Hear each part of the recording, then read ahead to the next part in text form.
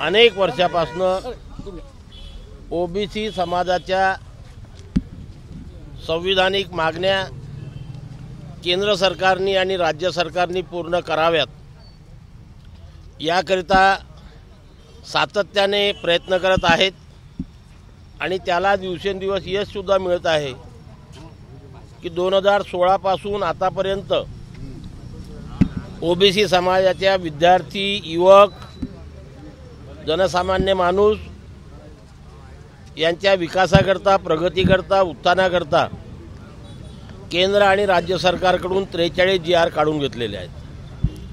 नुकतंच सप्टेंबर महिन्यामध्ये आम्ही जे 22 दिवस आंदोलन केलं होतं, नागपूरला उपोषण, चंद्रपूरला आमरण उपोषण, नागपूरला मोर्चा, चंद्रपूरला मोर्चा, गोंदियाला मोर्चा, खामगावला मोर्चा आणि त्यानंतर 29 सप्टेंबरला सरकारसोबत जी सकारात्मक चर्चा झाली होती त्या चर्चेमध्ये आम्हाला जे आश्वासन दिले होते ते सर्व आश्वासनावर सरकार कायम राहिलं।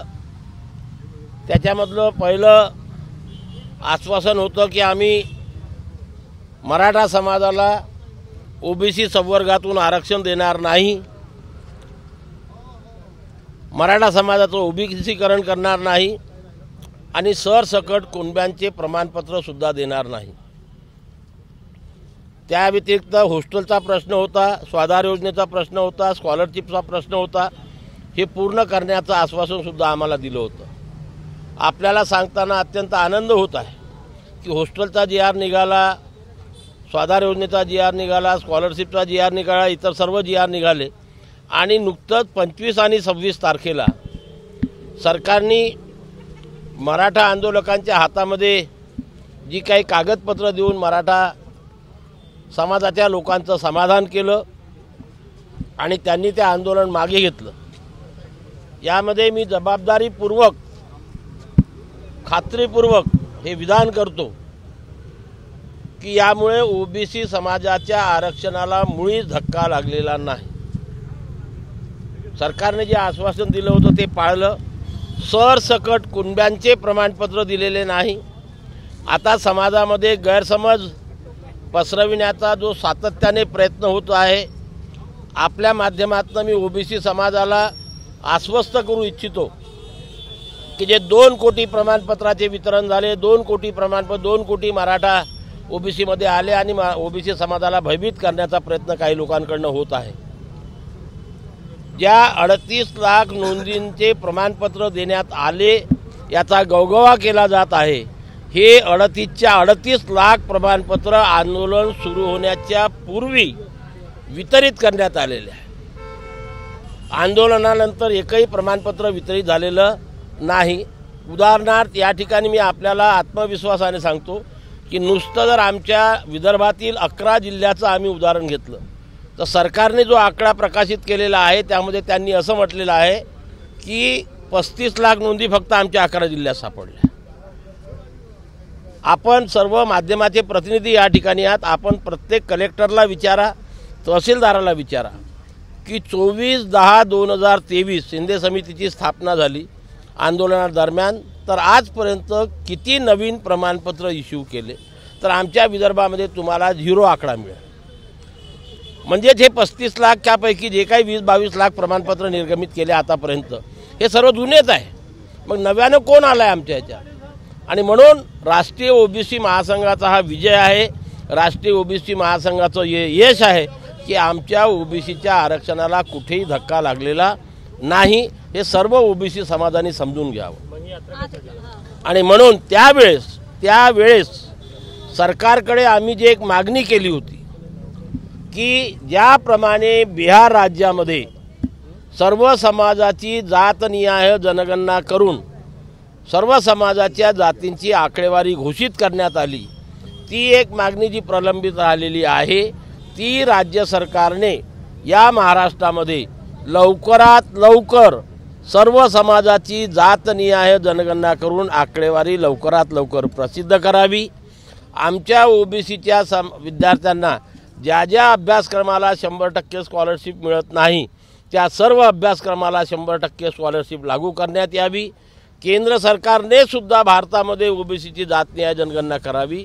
या 60% असलेल्या भारतातील ओबीसी करता स्वतंत्र मंत्रालय नाही आहे, ते स्वतंत्र मंत्रालय केंद्र सरकारने स्थापन करावं। आमच्या शेतकरी शेतमजुरांना वयाच्या 60व्या वर्षानंतर पेन्शन योजना लागू करण्यात यावी, असे हे विषय घेऊन आजपासून आमची ही रथयात्रा नागपूर जिल्ह्याच्या प्रत्येक गावामध्ये तहसीलच्या ठिकाणी जाऊन याचा प्रचार आणि प्रसार करणार आहे। काही ठिकाणी सभेचं आयोजन केलेलं आहे, त्या सभेच्या माध्यमातून लोकांना आश्वस्त करण्याचं काम आणि जनगणनेच्या मागणीकडे, ओबीसी मंत्रालयाच्या मागणीकडे, 100% स्कॉलरशिपच्या मागणीकडे लोकांना आपल्याकडे आकर्षित करण्याकरता या रथयात्रेचं आजपासून आम्ही या ठिकाणी आयोजन केलेलं आहे। ही यात्रा 5 तारखेपर्यंत चालणार आहे। त्यानंतर 7 तारखेला चंद्रपूरला एका मोर्चाचं सुद्धा आम्ही SC ST ओबीसीचं आयोजन केलेलं आहे आणि नंतर ही विदर्भामध्ये जाईल, विदर्भातून महाराष्ट्रात जाईल आणि राज्य सरकारला ओबीसीची जातनिहाय जनगणना करण्याकरता आम्ही कंपल्सरी करू, त्यांना करायला लावू आणि आमची आकडेवारी जाहीर करायला लावू। सर, काही जण कोर्टात गेलेले आहे या ओबीसी मराठा आरक्षणावरून जे वाद सुरू होता त्यानंतर आव्हान देण्याकरता आहे सगळ्या ओबीसी आरक्षण रद्द करावे। हे बघा, ओबीसीचं जे आरक्षण आहे हे लोकांमध्ये भ्रम निर्माण करण्याचं काम करते आहे। 40 वर्षाच्या संघर्षानंतर 1978ला या देशामध्ये BP मंडल आयोगाची स्थापना झाली। त्यापूर्वी काका कालेलकर झाले होते 52-53ला, पण तो आयोग आता 25 वर्ष अहवाल तसाच राहिला। 78ला BP मंडलांचं कमिशन बसलं, 1980ला BP मंडलांनी आपला अहवाल सादर केला।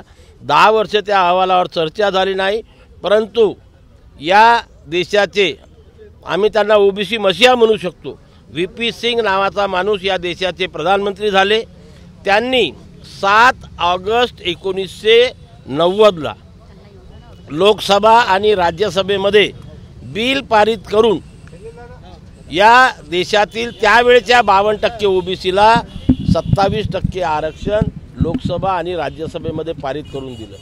तेव्हाही लोक समाधानी झाले नव्हते, ते लोक सर्वोच्च न्यायालयामध्ये गेले आणि शेवटी सर्वोच्च न्यायालयाच्या 9 जजेसच्या खंडपीठाने, 1-2 नाही 9 जजेसच्या खंडपीठाने निर्णय देऊन या देशातील 52% असलेल्या ओबीसीला 27% आरक्षणावर शिक्कामोर्तब केलं आणि त्यामुळे सर्व प्रक्रियेत जाऊन या ओबीसीला 1993ला देशामध्ये 27% आरक्षण मिळालं।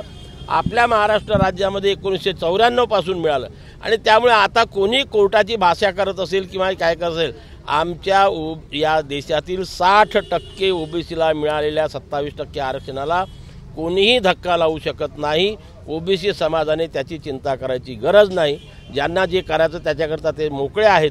पण आम्ही आत्मविश्वासाने सांगतो की आमच्या 27% आरक्षणाला कोणीही धक्का लावू शकत नाही। ABP माझा, उघडा डोळे बघा नीट।